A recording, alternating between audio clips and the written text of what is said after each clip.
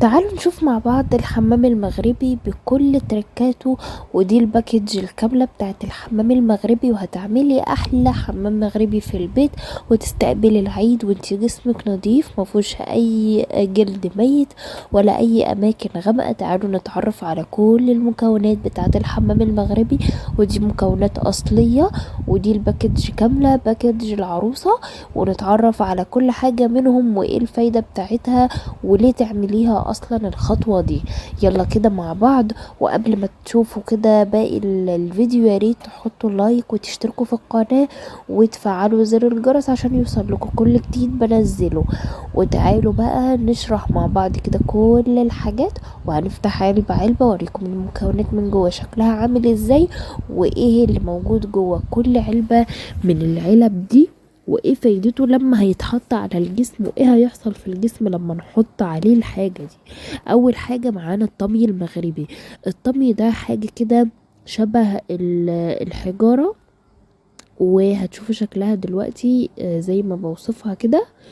وهو ده الطمي الاصلي، يعني بتاخدي منه شوية وتحطي عليهم مية وردة او مية، فبيبدأ يتفرد معاكي وبيبقى خليط لونه رمادي وشبه الطين كده بالظبط، وبتفرديه على الجسم على الوش على اي منطقة انت بتحبي تستخدميه عليها. وده للاماكن الحساسة رهيب جدا للتفتيح فيها، بينظف الاماكن كويس جدا.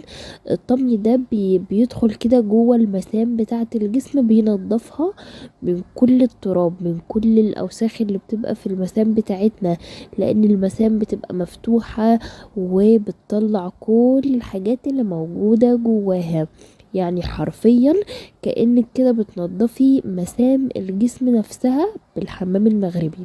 الصابون المغربي وده بالغار واللي هو بالنيلة الزرقاء، ده جواه نيلة زرقاء، يعني هو حمام مغربي او الصابون المغربي ده بالغار.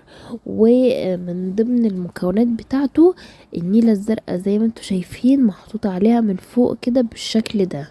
طبعا الصابون المغربي ده بينظف المسام كويس جدا، وبيخلي جسمك حرفيا ناشف، لان ده المطلوب ان انتي لما تغسلي بيه الجسم قبل ما تستخدمي الليفة المغربية يكون الجسم ناشف تماما، معلهوش اي حاجة ترطيب، معلهوش اي حاجة بتخليه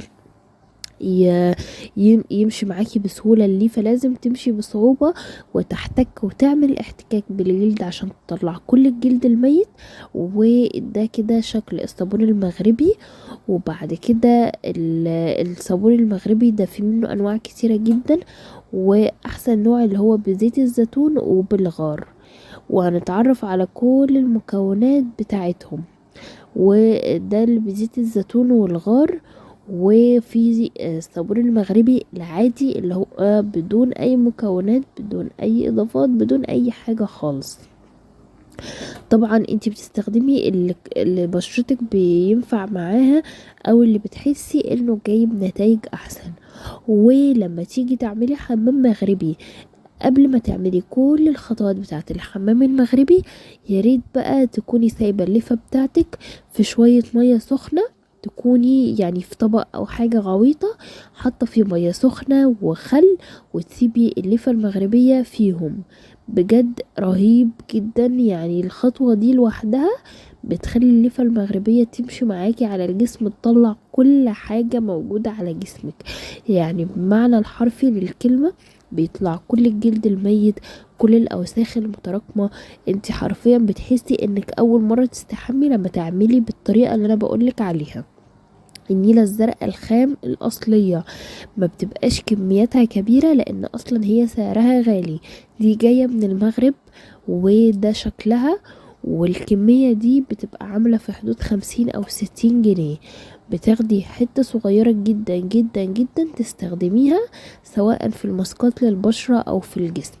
يعني لو هتعملي وصفة لجسمك أو تستخدمي مثلا الطمي وتحطي عليه حتة صغيرة من النيلة الزرقاء، طبعا هيخلي نتيجة الماسك اللي هتستخدميه لجسمك أعلى وأفيد بكتير جدا لما تعملي ماسك كده من غيرها.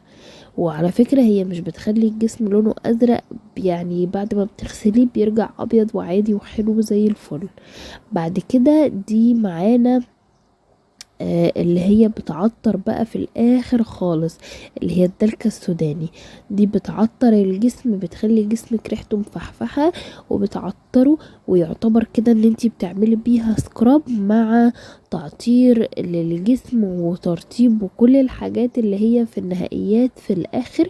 فدي تعتبر من اخر حاجة تستخدميها في الحمام المغربي بتاعك، وحتة صغيرة جدا منها بتقلب ريحة الحمام وبتقلب ريحة جسمك وريحة البيت كله، لان ريحتها قوية. فمش محتاجة ان انتي تستخدمي كمية كبيرة منها، انتي اقل كمية منها هتدي معاكي نتائج خرافة وممتازة جدا.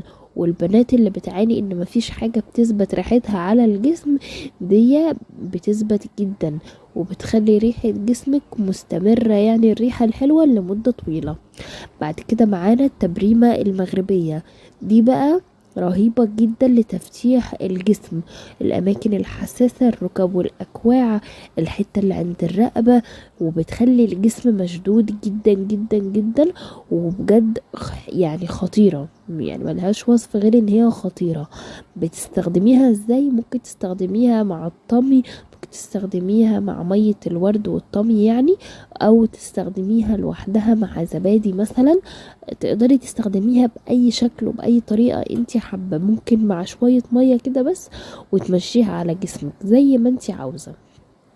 بس من النتائج بتاعتها جميلة جدا، يعني دي من احلى الحاجات اللي تستخدميها وتدي نتائج حلوة.